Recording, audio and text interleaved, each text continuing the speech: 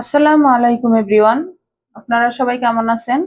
আজকে আলুর এমন একটা রেসিপি শেয়ার করব যেটা কখনো খাননি, আলুর চাপটি। তো আলুর চাপটি বানানোর জন্য প্রথমে এই যে আমি এখানে 1.5 কাপ ময়দা নিয়ে নিছি। ময়দাটার মধ্যে প্রথমে দিয়ে দিব স্বাদ মতো লবণ, হাফ চামচ দিব হলুদ গুঁড়া। মশলা এই যাবে, আর কিচ্ছু লাগবে না। এখন এই শুকনো উপকরণগুলা ভালোভাবে মিশাই নিব। এই চাপটি রেসিপিটা সকালবেলা নাস্তায় বা বাচ্চাদের টিফিনে অনায়াসে চট জলদি বানিয়ে নিতে পারবেন। এবার একটু একটু করে পানি দিব আর ব্যাটারটা রেডি করে নিব। যে ময়দাটা এইভাবে গুলে নিলাম, দেখেন মাশাআল্লাহ। এই পর্যায়ে দিব আমি বড় সাইজের একটা পেঁয়াজ কুচি, 1 মুঠো ধনেপাতা কুচি, আর দিব 3টা কাঁচামরিচ কুচি। এখন আপনারা যদি ঝাল একটু বেশি খান তাহলে আর একটু বাড়াই দিবেন, যেহেতু বাচ্চারা খাবে এর জন্য ঝালটা বুঝেই দিলাম। এই যে মিশানো হয়ে গেল।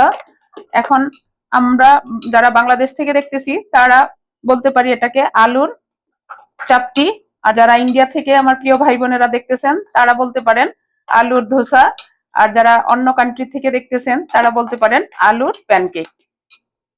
এই যে আলুর দোসা বা আলুর চাপটি বা আলুর প্যানকেক বানানোর জন্য একটা ফ্রাই প্যান বসাই দিছি আর সামান্য একটু তেল দিয়ে দিলাম। আলুটা এখানে একটা বড় সাইজের আলু এইভাবে স্লাইস করে নিছি, নিয়ে তারপর ধুয়ে পরিষ্কার করে পানিটা ঝরায় রাখছি। বিসমিল্লাহির রহমানির রহিম। প্রথমে আলুটা দিয়ে দিলাম, আর এই আলুটা একেবারে পাতলা করে কাটার চেষ্টা করবেন, তাহলে আলুটা সিদ্ধ হয়ে যাবে। এই যে আলুটা কিন্তু সিদ্ধ হয়ে গেছে। এর উপরে এখন আমি এই যে ব্যাটারটা দিয়ে দিব, আর চুলার আঁচটা লো টু মিডিয়ামের মধ্যে রাখছি।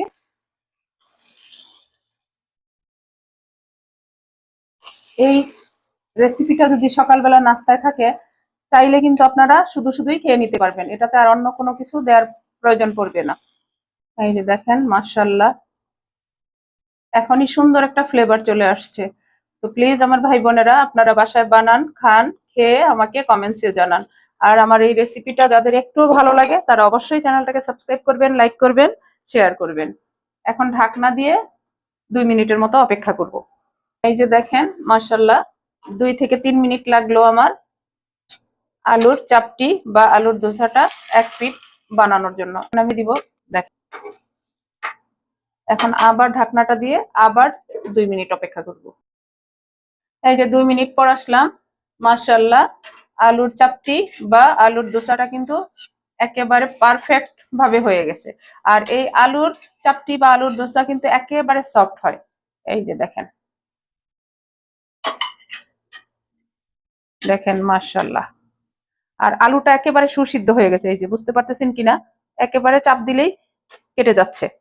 তো এই জন্য আপনারা যখন বানাবেন আলুর স্লাইসটা একেবারে পাতলা করবেন। এই যে দেখেন হয়ে গেল সকালের নাস্তায় চট জলদি আলুর চাপটি বা আলুর ধোসা। দেখেন তো মাশাআল্লাহ আলুগুলা। তো এইরকম চাপটি বা দোসা যদি থাকে সকালবেলা তাহলে কিন্তু নাস্তা বানাতেও সময়টা বেশি একটা লাগবে না, আর এটার সাথে আমাদের কিচ্ছুই লাগবে না, ডিম ভাজি ভর্তা কোনো কিছু লাগবে না। এটা এমনিতেই একাই 100, বানিয়ে শুধু ঘপাঘপ খেয়ে নিবেন।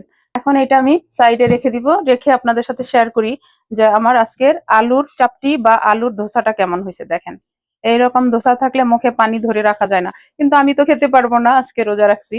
এই যে আলুটা আমি একটু দেখাই আপনাদেরকে কেমন সিদ্ধ হয়েছে। এই যে দেখেন, আর একেবারে সফট। এই যে দেখেন, তো এইরকম চাপটি বা দোসা বাসায় বসে বানান, খান, সবার সাথে এনজয় করেন, আর আমার চ্যানেলটাকে সাবস্ক্রাইব করেন। প্লিজ আমার পাশেই থাকেন। তো যাই হোক, আমি আপনাদের কাছ থেকে বিদায় নিব, আবার নতুন কোনো রেসিপি নিয়ে আসবো। আল্লাহ হাফেজ।